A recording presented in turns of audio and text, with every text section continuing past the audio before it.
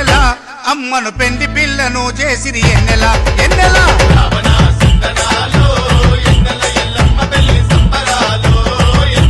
రావణ సందనాలో ఎన్నెల ఎల్లమ్మ పెళ్లి సంబరాలో ఎన్నెల